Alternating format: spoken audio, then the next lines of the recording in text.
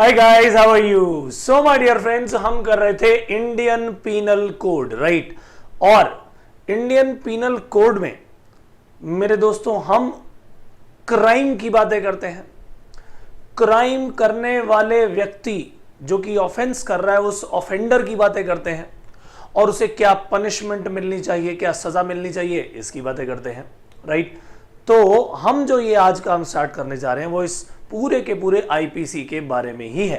लेकिन हम आईपीसी की भी शुरुआत हमेशा अपने एग्जाम्पल की तरह करेंगे। आइए स्टार्ट किया जाए अपना ये बहुत ही इंपॉर्टेंट काम। एग्जाम्पल की शुरुआत दोस्तों, एक है मिस्टर एक्स और मिस्टर एक्स मान लीजिए मिस्टर वाई का मर्डर कर देते हैं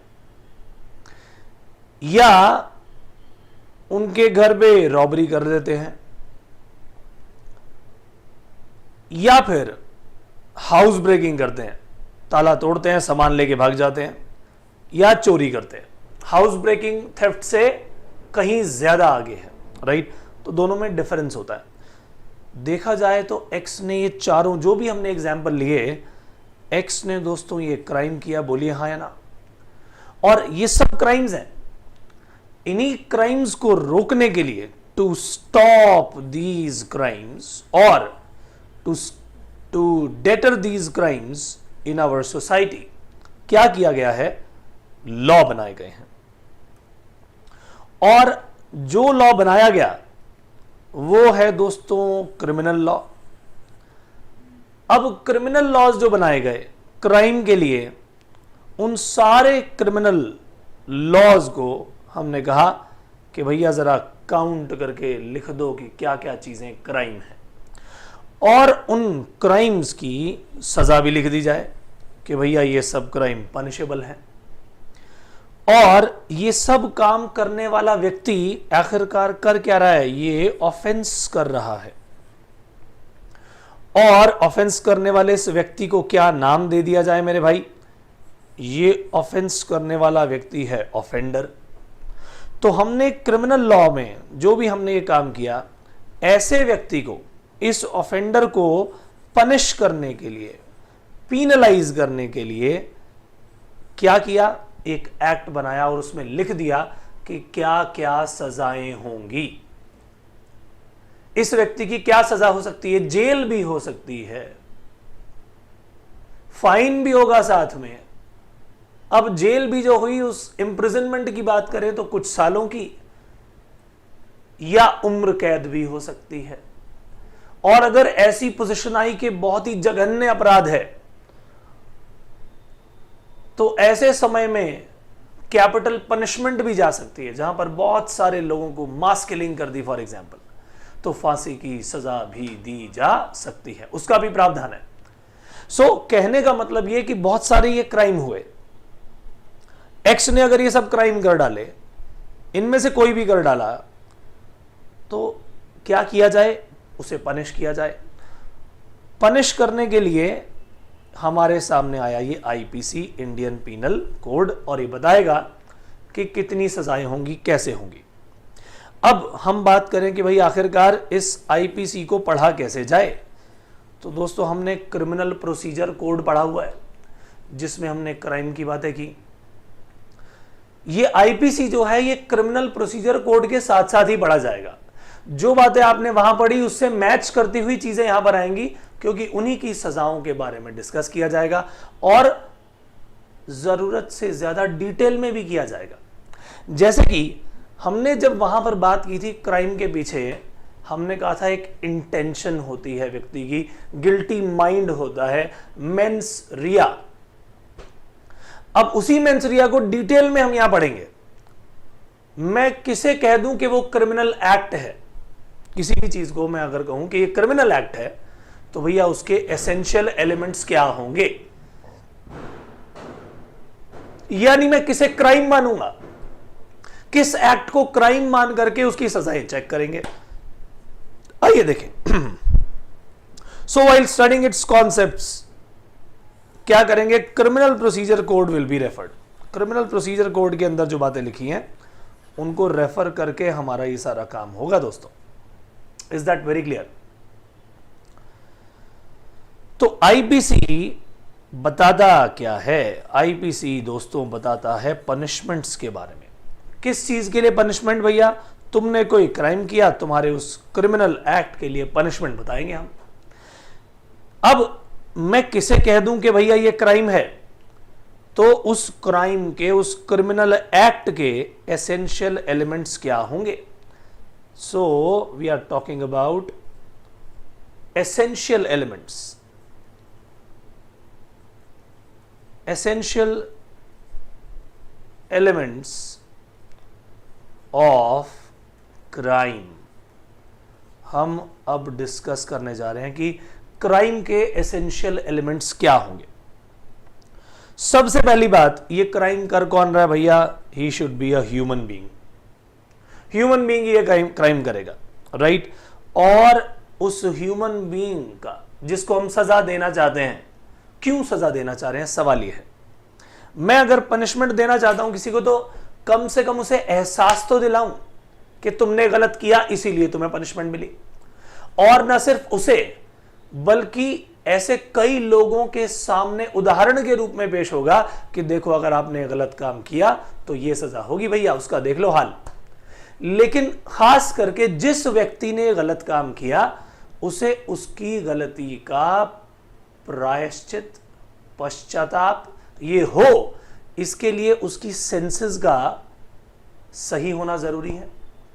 यानी मान लीजिए कोई व्यक्ति पागल हो जाता है, क्राइम करने के बाद वो पूरी तरह से पागल हो जाता है, और ये प्रूव हो जाता है कि वो अपनी सब याददाश्त भी खो चुका है और बिल्कुल मेंटली डिसेबल हो चुका है। यानी अगर उसे सजा दे भी जाए तो भाई वो पता ही नहीं चलेगा। ही should B physically as well as mentally capable of being given punishment।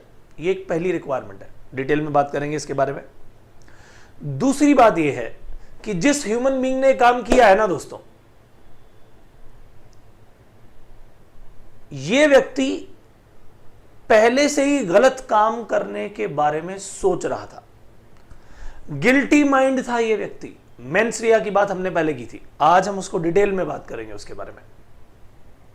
जो क्रिमिनल प्रोसीजर कोड में मेंस रिया का एक हमने छोटा सा एक एग्जाम्पल लेकर के उसके बारे में बहुत सारी बातें की, बट उसे डिटेल में इस पर्टिकुलर सेशन में करने वाले हैं।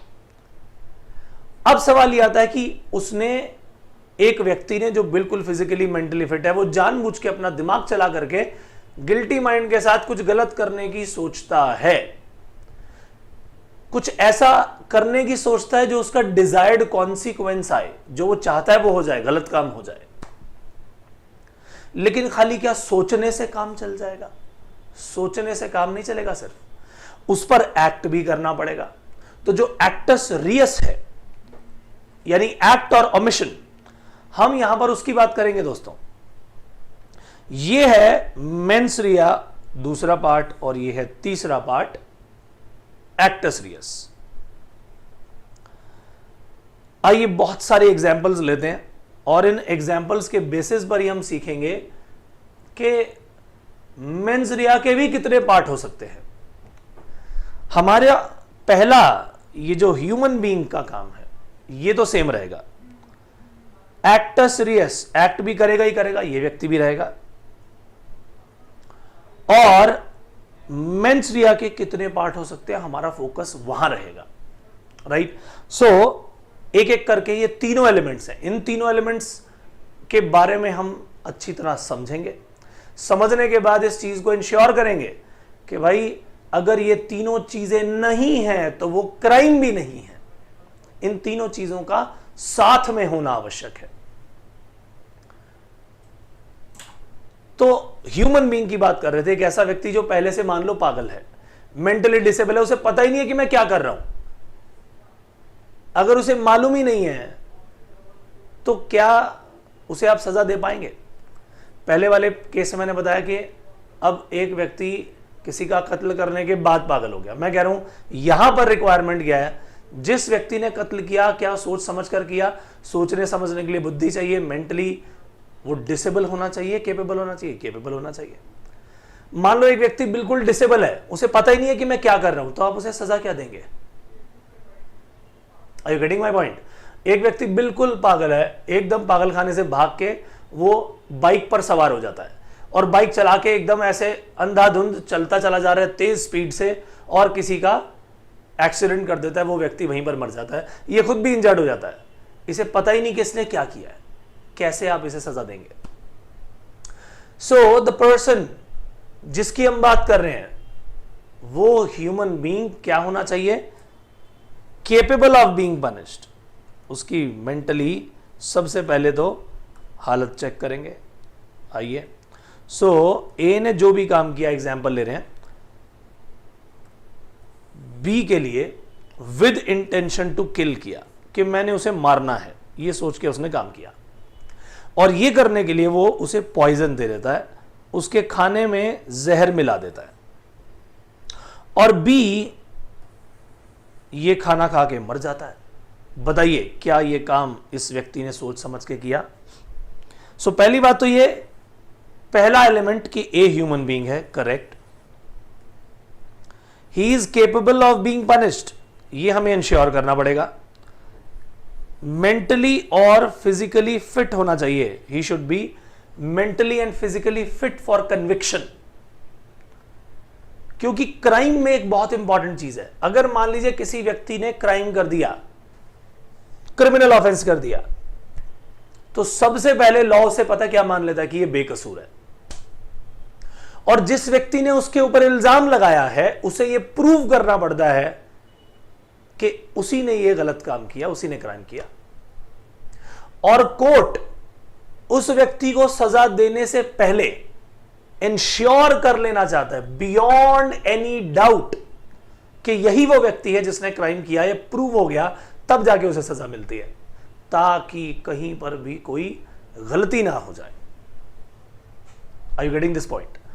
ये चीज हमारे इस पूरे के पूरे सिस्टम में, सीआरपीसी में भी सिखाई जाती है, आईपीसी में भी सिखाई जाती है। तो हमारे इस एग्जाम्पल में मिस्टर ए ने with intention to kill mister B उसे पॉइजन दे दिया फूड में, और बी मर जाता है। यहां पर ए पूरी तरह से क्या है? Mentally and physically fit for conviction. अब यहां पर ये जो इंटेंशन है ना, this is what is called mains रिया। इसे क्या बोलते हैं दोस्तों? हम इसे कहते हैं मेंस रिया। ये है सबसे इंपॉर्टेंट काम, गिल्टी इंटेंशन। और ये जो मेंस रिया है, गिल्टी इंटेंशन, यही चीज क्या करती है? इस व्यक्ति को सजा देने के लिए सबसे बड़ा ग्राउंड तय करती है, सबसे बड़ा रीजन बनती है। यानी अगर आपने इंटेंशनली कुछ किया, this is mains Riya, guilty mind, और ये आपकी, यहीं पर आप क्या मान लिए गए कि आपने जानबूझकर करना चाहा। आपकी position of mind, condition of mind, जो इस केस में मिस्टर ए की है, मिस्टर ए की कंडीशन ऑफ माइंड कैसी है? Bad condition of mind, guilty condition of mind. वो गलत करना चाहता था, स्पेसिफिक इंटेंशन के साथ उसने काम किया कि मैं बी को ही मारना चाहता था। ये क्लियर हो गया। सो ये क्या है? Intention with specific mind, intention with guilty mind. और ये इंटेंशन कैसी है? यह है स्पेसिफिक, उसी व्यक्ति को मारना चाहता था, वही मरा, राइट? अब खाली सोचने से काम हो गया या उसने वाकई ऐसा किया? वो सोच रहा था कि मैं इसके खाने में जहर मिलाऊंगा, सोचना कोई जुर्म नहीं है भाई, लेकिन उसने उसे सोच करके वो एक्शन भी कर डाला, एक्ट भी कर दिया। यानी this is a voluntary human conduct of mister A, जानबूझकर ऐसे काम को कर डाला which is prohibited by law. So this is a voluntary human conduct of mister A which is prohibited by law, which law prohibits. So this was a overt act, जानबूझ के करना चाहा, अनलॉफुल था, unlawful commission of this act, ये उसने किया। तो भैया जब तीनों ये चीजें आ गई तो ये क्राइम है, और इस क्राइम की सजा भी है। Are you getting this point? तो हम कर रहे थे essential elements of a crime. Essential element में देखा human being, he should be mentally and physical fit for conviction. Mens rea होनी चाहिए। मेंसरिया, गिल्टी माइंड, कैसे पता लगेगा? इंटेंशन चेक कर लो उसकी। अब यहां उसकी इंटेंशन थी कि मैं बी को मारना चाहता हूं, स्पेसिफिकली वही मरा, खाना खा के जहर भरा, और वो दिया किसने? इसी मिस्टर ए ने। अब मैं इसी केस को ट्विस्ट कर रहा हूं। मान लीजिए कि जहर मिलाया गया मिस्टर बी के लिए खाने में, और मिस्टर सी ने आके वो खाना खा लिया और सी एक्सपायर हो गया। अब बताइए, क्या मिस्टर ए जिम्मेदार माने जाएंगे? सोचिए भाई, गलत काम तो किया, ह्यूमन बीइंग है, he is capable of conviction, guilty mind भी था, लेकिन स्पेसिफिकली बी को मारने की इंटेंशन थी। भाई सी को तो मैं मारना ही नहीं चाहता था। एक्ट भी उसने किया, वो कहेगा जी एक्ट भी मैंने किया, लेकिन मैं तो सी को मारना ही नहीं चाहता था भाई साहब।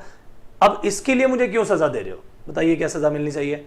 यस, क्योंकि इंटेंशन चाहे स्पेसिफिक व्यक्ति के लिए हो चाहे जेनेरिक हो, सो अगर ये जेनेरिक इंटेंशन भी थी तो भी वो लायबल है। This is also mens rea. So इस क्वेश्चन को अगर ध्यान से देखा जाए, in the above case, if she eats that food and dies, A will be still liable. Crime तो उसने किया, गलत काम करने की इंटेंशन थी, और यहां पर सेम ह्यूमन बीइंग तो है ही। Are you getting this point? Human being तो है ही, so whatever is written above वो यहां पर अप्लाई हो गया। अब बात आती है हमारी इंटेंशन की, तो यहां स्पेसिफिक नहीं मगर जेनेरिक इंटेंशन थी, वो जानबूझकर ये काम करना चाहता था। अगला point, actual commission of a crime उसने किया। एक्टस रियस का मतलब यही है, this is what is actual commission of a crime.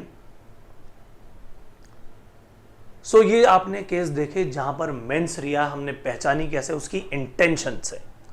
अब मेंस रिया का ही दूसरा रूप आपके सामने आने वाला है। मान लीजिए कोई व्यक्ति गाड़ी चला रहा है, मिस्टर एक्स गाड़ी चला रहे हैं, और गाड़ी चलाते चलाते अपने मोबाइल फोन पर मैसेजिंग भी कर रहे हैं। कई लोग करते हैं भाई, इधर से ध्यान अपना सामने रोड पर भी है, इधर मैसेजिंग भी चल रही है, या यहां पर कान में फोन लगाया हुआ है और ड्राइविंग चल रही है। अब ये करते करते ही हुआ क्या, उसने वाई को हिट कर दिया and Y died on the spot. Due to this accident Y died on the spot, immediately expire हो गया वो, ड्यू टू दिस एक्सीडेंट। अब बताइए, अरे मैं उसे मारना थोड़ी चाहता था, मेरी कोई इंटेंशन नहीं थी जज साहब, बस मुझसे गलती हो गई। अरे बेटा गलती तो हो गई तेरे से, लेकिन यहां भी गिल्टी माइंड है, क्योंकि आपने नेग्लिजेंस दिखाई और उस व्यक्ति की जान चली गई।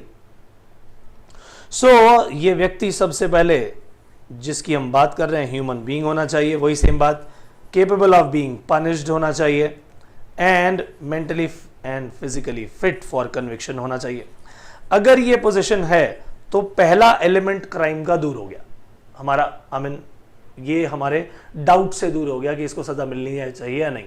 मिलनी चाहिए भैया, क्योंकि पहला एलिमेंट आ गया।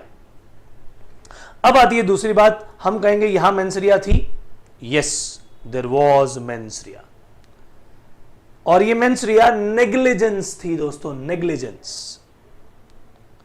सो यहां पर नेग्लिजेंस नजर आ रही है दोस्तों, और यहां पर X had a duty to take care. X की ड्यूटी थी केयर करना, but he did not take care. उसे मालूम है भाई कि चलाऊंगा तो एक्सीडेंट हो जाएगा इस तरह से, बट ही शोड केयरलेसनेस। अब इस केयरलेसनेस के कारण वो कहेगा जी मैं कोई ऐसा कॉन्सिक्वेंस चाहता थोड़ी था, मिस्टर ए की तरह जो कि मिस्टर बी को जहर देकर मारना चाहता था। He wanted some consequence to happen, उसने काम इसलिए किया था, he wanted to cause some consequence. लेकिन मैं एक्सीडेंट थोड़ी करना चाहता था भैया, कोई बात नहीं, we know that you did not want to cause any particular consequence, हम तो जानते हैं, बट आपने नेग्लिजेंस तो दिखाई। तो भाई नेग्लिजेंस के आधार पर भी हम कहेंगे आपका गिल्टी माइंड था, और इसीलिए मेंस रिया, ये जो सेकंड एलिमेंट है ऑफ क्राइम, ये भी आ गया। और अगली बात, काम तो आपने वॉलंटरीली किया, किसी ने आपको जबरदस्ती थोड़ी कहा था कि मैसेज कर मैसेज कर मैसेज कर और साथ में ड्राइव भी कर। It was a voluntary act from your side, so it was voluntary human conduct. So if it was a voluntary human conduct of A which law prohibits, भैया law तो इसे मना करता है ना कि आप गाड़ी चलाते समय फोन पर बात ना करें, साथ में एसएमएस ना करें। तो अगर ऐसी पोजीशन आती है तो आप क्या करेंगे, आप कहेंगे भाई ये काम तो मैंने कर दिया, so this is unlawful commission of work, this is what is unlawful commission of the act. So अगर आपने ये अनलॉफुल कमीशन कर दिया मेरे भाई, तो जरा सोचो, आपका ये एक्टस रियस भी बीच में आ गया, और अगर एक्टस रियस बीच में आ गया, इसका मतलब ये हुआ कि तीसरा एलिमेंट भी पूरा हो गया। तो यानी नेग्लिजेंस के केस में भी आप जिम्मेदार हैं।